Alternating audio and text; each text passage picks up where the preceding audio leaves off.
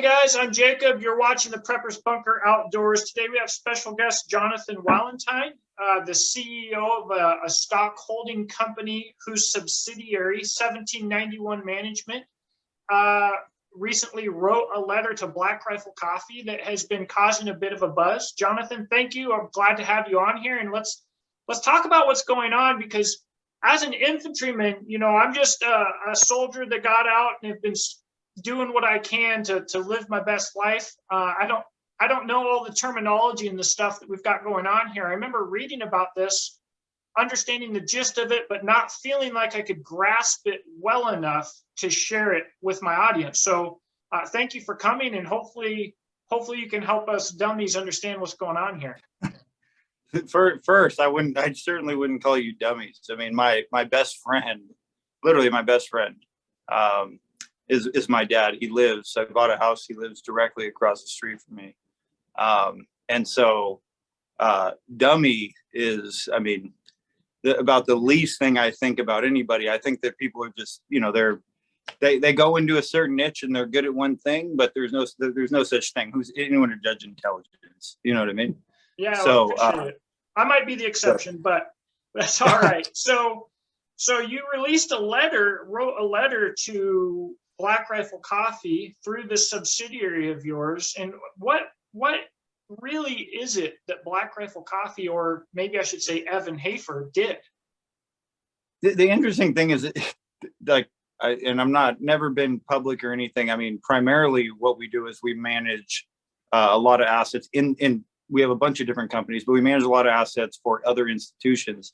We actually had an intern class that was coming into AMC, the stock holding company, and we only formed 1791 actually for them to basically work on a strategy that actually involved something that typically doesn't happen in markets, but the SPAC, right?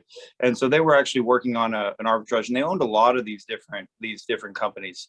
And then what ended up happening is one of the more senior people that actually is now a full-time employee came to me, and she's like this company actually broke their contract, and I'm like, no, I didn't even believe it. I'm like, what do you mean they broke their contract? You can't just break a contract, because when it comes to other financial spheres, I mean, that's a contract. I mean, they'd be sued, and you know what I mean? It'd cause a whole bunch of problems. But sure enough, there was actually two companies. One of them was Black Rifle, and the other one, which would be the opposite of Black Rifle, which is Energy Vault Holdings, a green tech company. And so when I saw that, I felt like, well, let me look into it more. And when I looked into it, it was the most egregious, let's just call it fraud, that I've actually seen in public markets in my entire career. Wow.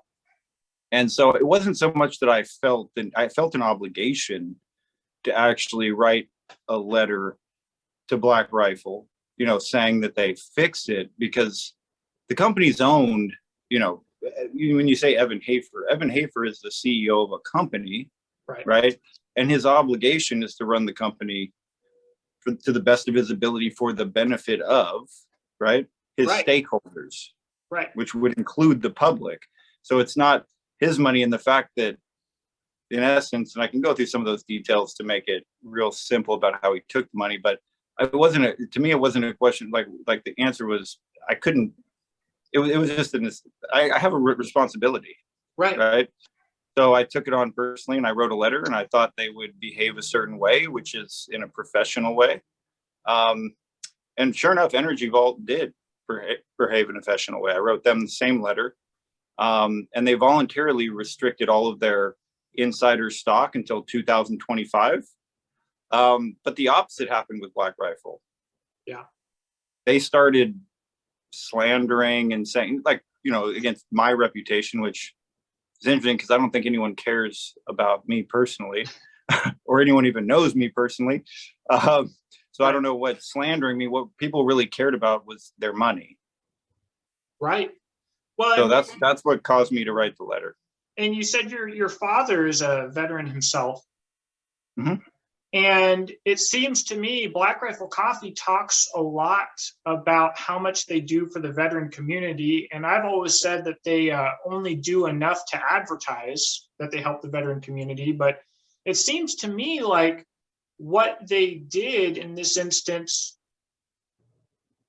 was stealing from veterans and law enforcement officers and people who support Black Rifle Coffee. I mean, I don't know their intention. You know what I mean? I can't say that that's what they did. The only thing I know is that they certainly stole money from the public. There's no question about that. Right. And I can describe it for anybody to see, plain as day, that Black Rifle Coffee, including Evan Hafer, stole the public's money.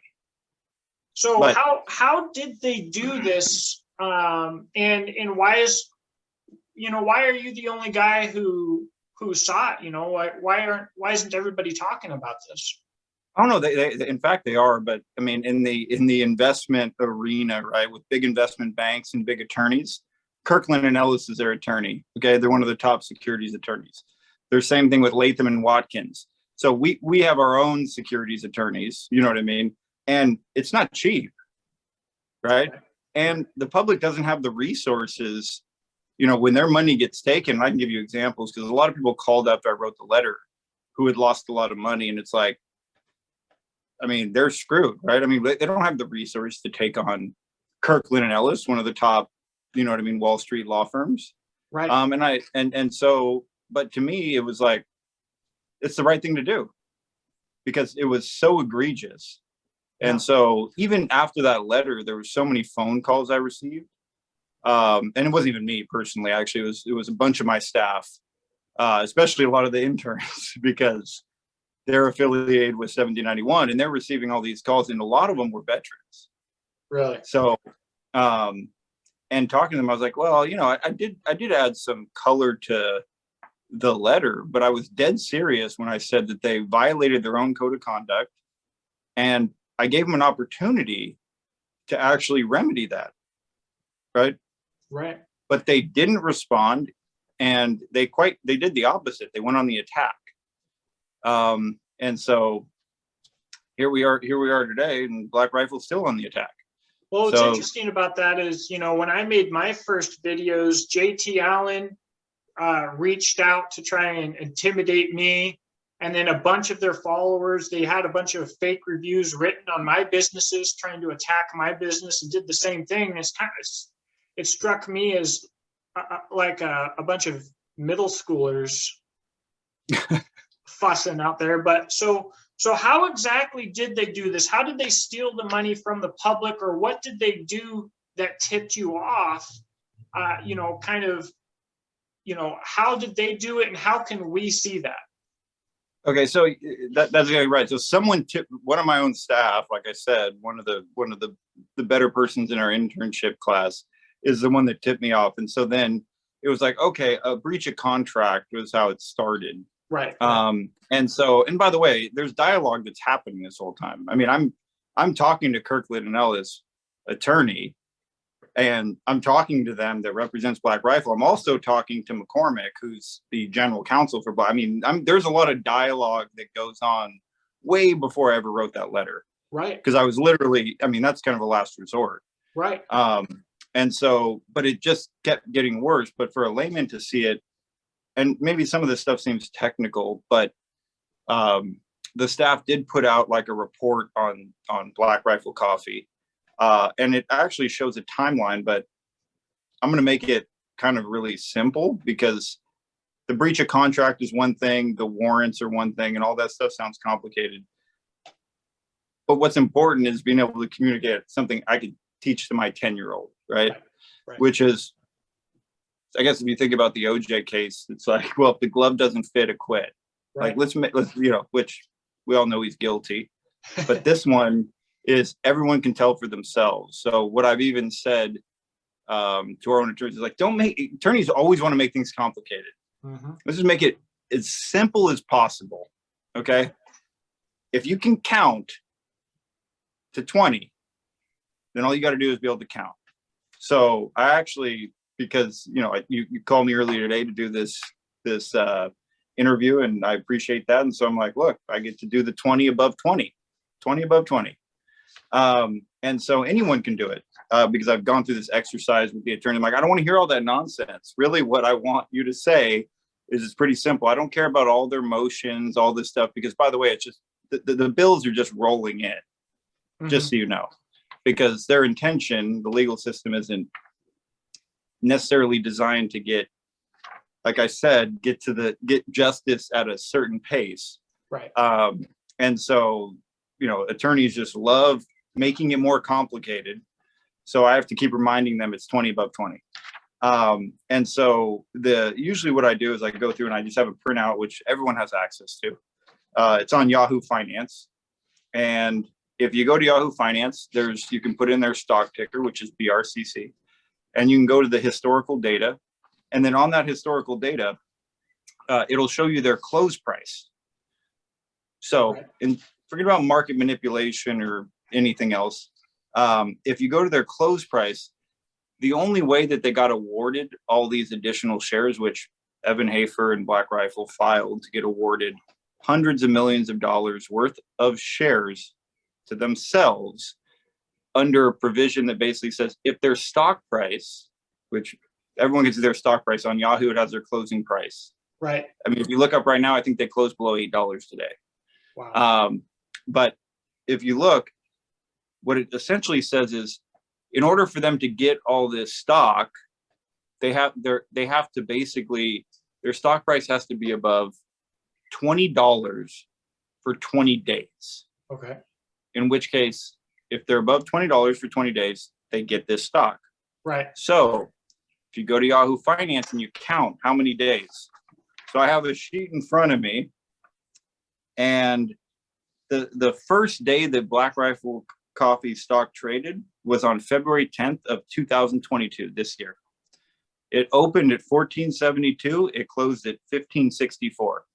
That doesn't meet the $20 criteria. Right. That doesn't count for one day because it's not above 20. And then when you fast forward and you look and you start counting, the first day that their stock on Yahoo Finance ever closed above $20 was actually on March 29th, 2022. Anyone can go look. So I hand the sheet to my 10-year-old and I said, hey, will you just count how many days that they closed above $20? Right. And he's like, sure.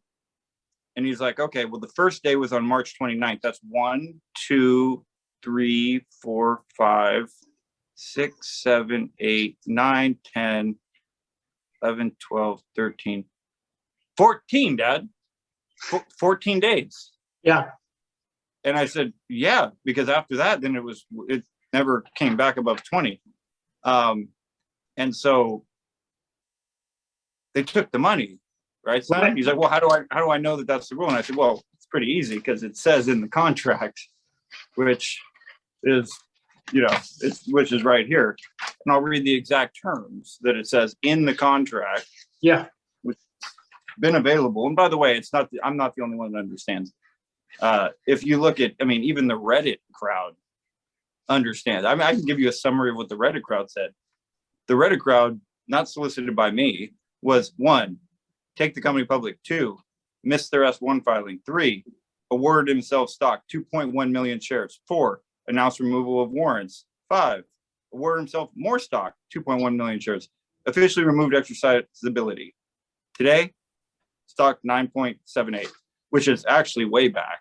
This is back in April. So it's not that the insiders are the only ones that understand this. There wasn't a single person that actually called our office when we released the report or the letter that said, oh, you're wrong. Right. But yeah, so the reason why it's 20 above 20, I could actually read the exact language in their filing. So this is with the SEC. Okay. It's just an exact replica. Now, these things are deep. There's, 175 pages, and I'm sure Black Rifle thought they could bury it in the contract language and, get away with it because no one's going to read. But that's what some people do for a living. Right. Right. Okay. We have a whole bunch of staff, okay, that for a living, what they do is read prospectuses Yeah. all day long. Okay. So I don't know why, you know what I mean? They didn't think that someone was going to pick up on the fact that they stole the money, but either way, it says right here in the contract, they call it tier 2 investing, but it says, let me just pull this up real quick. They call it second tier vesting. Means the first day in which the Class A common stock is greater than or equal to $20 above any 20 trading days within a 30-day trading period. If I can just show that highlighted part there, that's directly in their contract. Okay. Yeah. My son can count, and he doesn't count 20, but they filed and took the money anyway. Holy crap. And sure enough, what happens when you do that, it's pretty simple. The stock's going to tank because they just stole money from the public and the shares. So I mean, they were as high as 34 and they lose 70, 80% of their value. They're down 80%. I mean, holy crap. Yeah. So obviously we can't say where this money is going. I don't think.